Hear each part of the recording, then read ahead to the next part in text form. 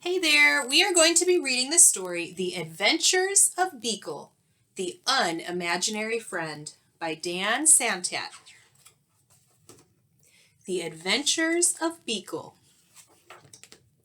He was born on an island far away where imaginary friends were created. Here they lived and played, each eagerly waiting to be imagined by a real child.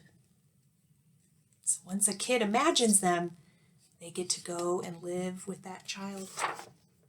Every night he stood under the stars, hoping for his turn to be picked by a child and given a special name.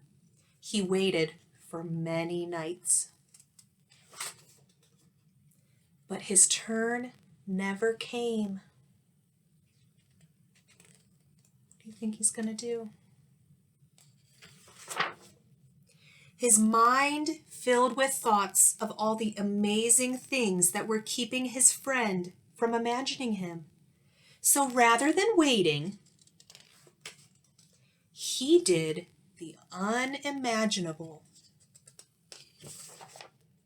He sailed through unknown waters and faced many scary things. But thinking about his friend gave him the courage to journey on. Until he reached the real world. The real world was a strange place. No kids were eating cake. No one stopped to hear the music. And everybody needed nap time. Then he finally saw something familiar, so he followed. He had a good feeling about this place, but he looked everywhere and he could not find his friend. And so here's all the other kids with their imaginary friends, but he doesn't have anyone to be his friend. He climbed to the top of a tree and looked out, wishing and hoping his friend would come. But no one came.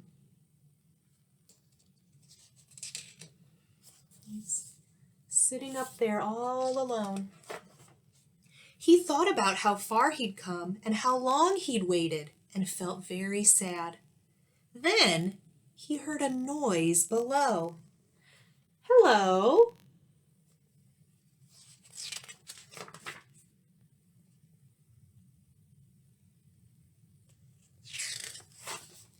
Her face was friendly and familiar, and there was something about her that felt just right.